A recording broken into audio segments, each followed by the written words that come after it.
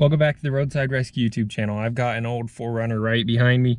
I've driven to a town that's closer to an hour away. I almost never come this far away, but this is actually like brother-in-law removed. It's my brother's brother-in-law. So pretty good buddy of mine, and it's a pretty big project. So I should be out here for a few hours getting some work done. He had another buddy that owned this 4Runner or was using it. I'm guessing owned because they had it from 100,000 miles to 300 and something thousand miles. They never really did any maintenance on it, and one day the ball joint dropped the whole front right knuckle onto the ground, just tucked the tire underneath. I'm sure pretty much everybody's seen one of those before, so that's what we're going to be repairing today. I don't think I have a picture of the wheel tucked underneath it when it was on the side of the road or whatever. It's probably been sitting for a while, but I think after today, my buddy's only going to have like $2,500 in it at most, so it's probably going to be a flip or whatever. We'll see. I'm just here to fix it, so hopefully I can get it done within just a couple of hours, 3 or 4 at most. Here we go. Okay, so here we go. So we got some new CV axles, those boxes. Pretty much new everything for the front except for upper control arm. Oh.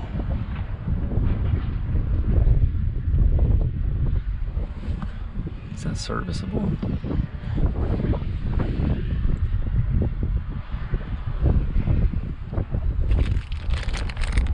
But give it a try. Might just need an upper control arm, but I know I'm gonna have to come back because I brought some soft lines with me. I saw this picture and I thought it was the soft line that broke. I just couldn't tell really well what was going on, but obviously the hard line broke here. Can you see that? Is there too much shadow? So we're gonna have to come back with a hard line. They do have some inner tie rods too I didn't know about. So pop that CV axle out. This carrier, nice. Shouldn't be too hard. Let's go ahead and get started. That upper one's the only one I'm worried about right now. Alright, I was just getting confused. I was looking at the wrong place because when I see that, I'm like, there's the ball joint. But that's just the part that the bolt goes through. The actual carrier's right here, so that would be this right there, and we're just looking at this part broken off in there. Same thing there. There's that lower one. So let's go ahead and rip this apart. Let's do a little time lapse. Alright, so while we're doing this time lapse, let me just tell you about everything here. I went ahead and got the outer knuckle, started to get it disassembled. I got the old broken part of the axle out of there, and I noticed that the seal, the inner wheel seal, was all busted up, so we're already going to need a new one of those. I popped out the inner part of the axle, and the seal behind that was messed up as well. And then when I was trying to get the lower control arm off, because I thought maybe I could get everything pulled out quickly in 30 minutes, those bolts were all seized up. That's pretty common with these Toyotas. So rather than fight with these impossible bolts, I'm just going to plan on getting some new ones and coming back.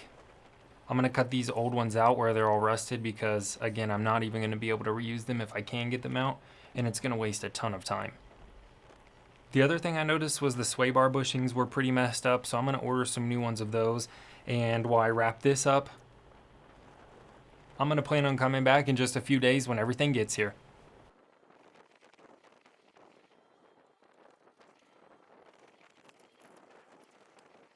Alright, well the snow's here, and I've actually got this new pressure washer I want to use before I head back down there.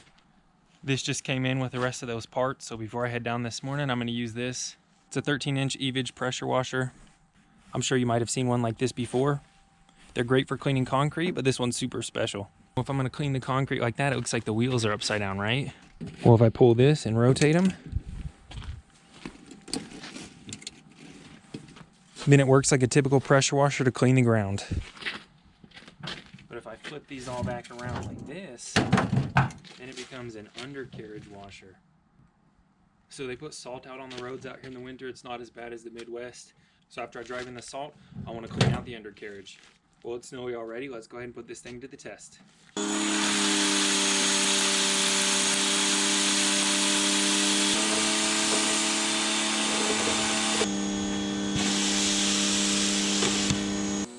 Well, that did a great job of washing the undercarriage, but this pressure washer's main job is for pressure washing the floor. So check it out flipped around. This will make your concrete look good as new. So if you want one of these Eveage, not just pressure washer, but undercarriage washer as well, make sure you check out the link in the description and the pinned comment for an extra special deal. My favorite part about this is definitely the reversible wheels. Kind of just tested this out, so let's head down there and get this truck fixed. All right, it is Monday the next week. I had to order some stuff online,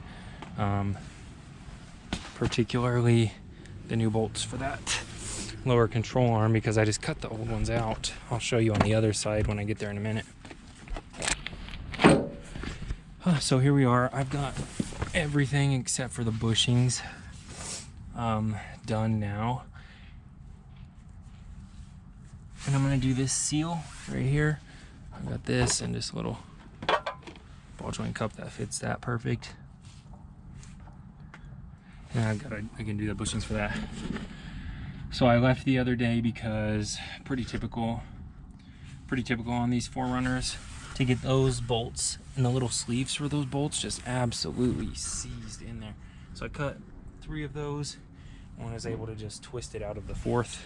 I've done it in the past where I've bent the little lips out and then bent them back, but cutting that 3rd one wasn't no big deal.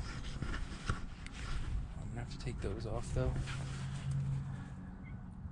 Then we're gonna have to bleed the brakes. It's been an hour since I've been here, so I was thinking at worst it might take an hour total to just get the lower control arm done, and I've done that and plenty other, including these tie rods. The inner and the outer are tightened down now. Oh, cool. That's a nice cat. Looks like my cat I had when I was a kid. Anyways, so nothing since that last time lapse. It's just been doing this. I'm just giving you an update that it's the 2nd day, and I'll show you on the other side a little better what's going on because it's just been cold and stormy. So it's been raining all morning and I've just been under here trying to do this without getting wet. All right, that new seal's in real quick. It was a little bit of a bummer because I already had the axle in, so I had to go ahead and pop that out again, but just a couple extra minutes of work. Okay, now I've got to deal with those upper ball joints on the steering knuckle. So I've got my ball joint press. This is going to take longer than I expected, also pretty tough. But here's a look at how that went.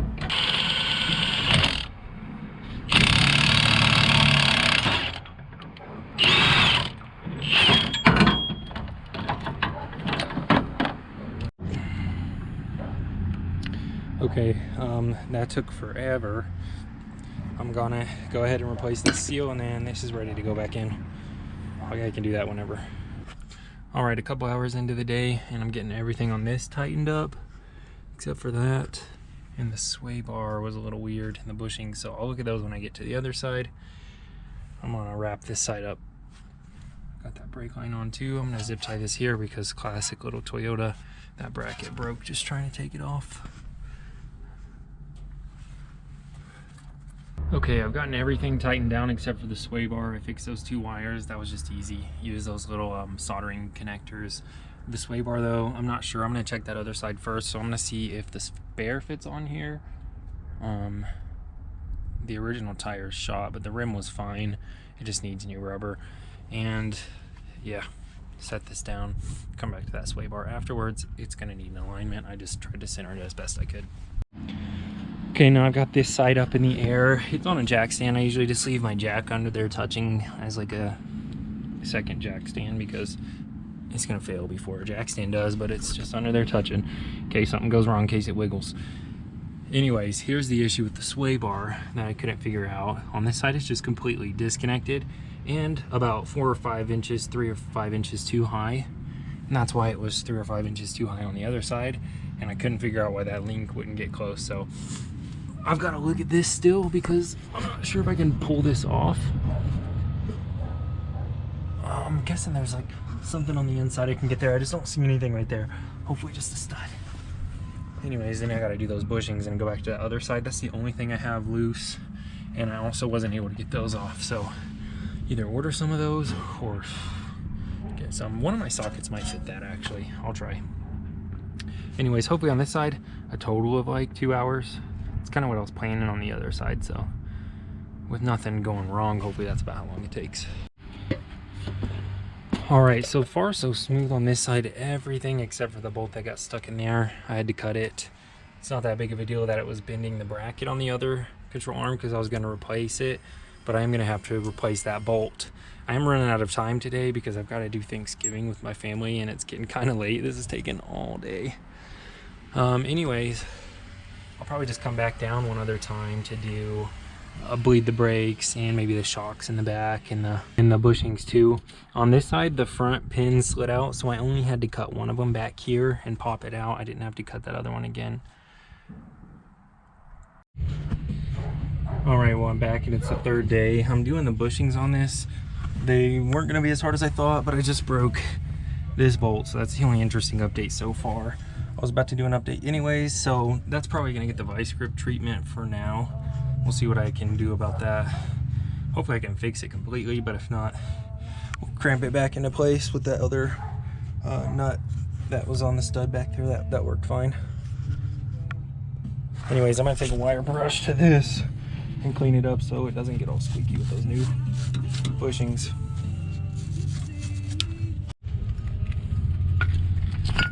Whew. There's those old bushings, so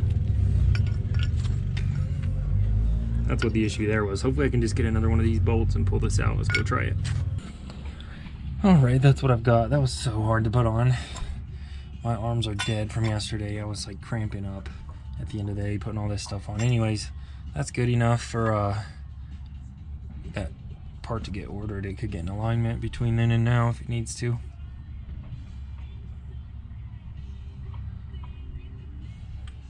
All right, so now I've got to do the struts in the back. Shouldn't be too hard. Not struts, shock absorbers. And bleed the brakes and I'm done. Okay, so I'll do a recap in the front in a second. I've got my shaboing boings for the back, but I'm a little concerned at this point because is that enough bushings? Yeah, that looks like enough, man. All right, let's do the recap. We'll come up here to the front. All right, I just put this tire back on, but I had to come back this morning for that bolt right there on the front. Shaboing boing, that's a strut. That was just bending yesterday. I was trying to film that at the end when the GoPro was dying. Everything else up here looks good except for bleeding these. I've got my bleeder with me. Let's go to the back though. We've got to do those.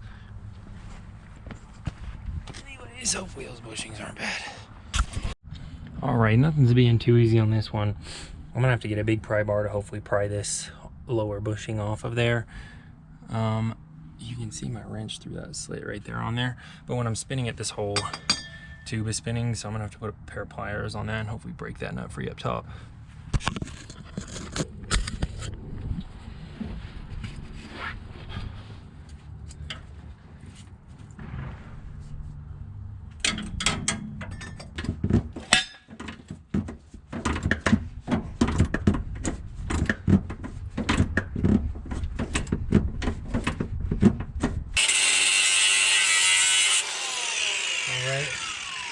I just cut all the way through that on the bottom, so hopefully that just gives free. Maybe a combo of the heat, but it split a little bit, so those bushings are just putting a ton of pressure in there from swelling up. Hopefully that's all it takes. Let's see.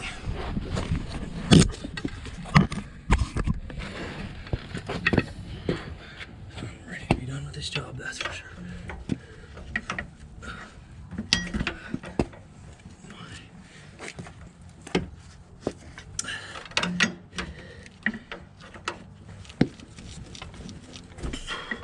Yeah, I was thinking I'd have to cut both sides.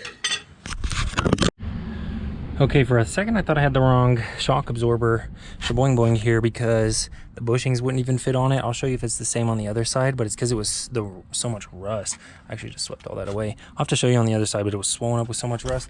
Couldn't fit the bushings on, and I thought it was the wrong size. Okay, well the top bolt on this side was stuck. I had to use a Sawzall because the grinder wouldn't fit. And this bottom one somehow isn't rusty. It's kind of been like that on every side. Like on the front right side, there would be something that was rusty, and on the left side, it wouldn't be rusty. But there would be something that was rusty on the left side that wasn't on the right. It's just like, there's no rhyme or reason to this. So I'm like absolutely beat. I've still got to bleed the brakes, but that should just take 10 or 15 or 20 minutes when I'm done. And this is like one of the longest, hardest jobs to do suspension stuff like this. Nah. All right, so that's it. This took forever, but I finally got it all done. I'm airing up the tires now. Does it have the juice? I've got juice. Oh, that's corroded as heck. Yeah. Beauty. Should be fine though.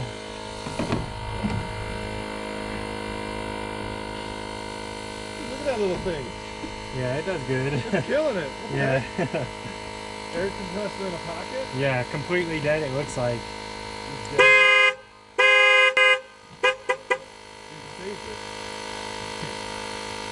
It might start now, go ahead. Yeah.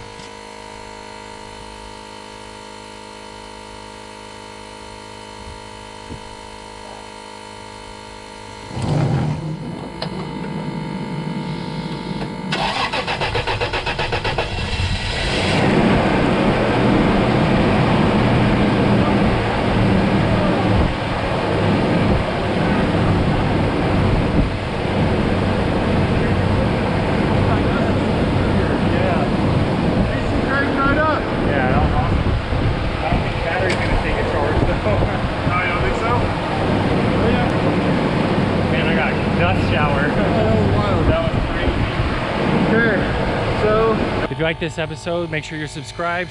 Check out this video next. Let me know in the comments down below what you would have done different. I think there's a few things I would have done different, but overall I got it all done. It's hard to tell now. I've got all the tires back on. I just got it done bleeding.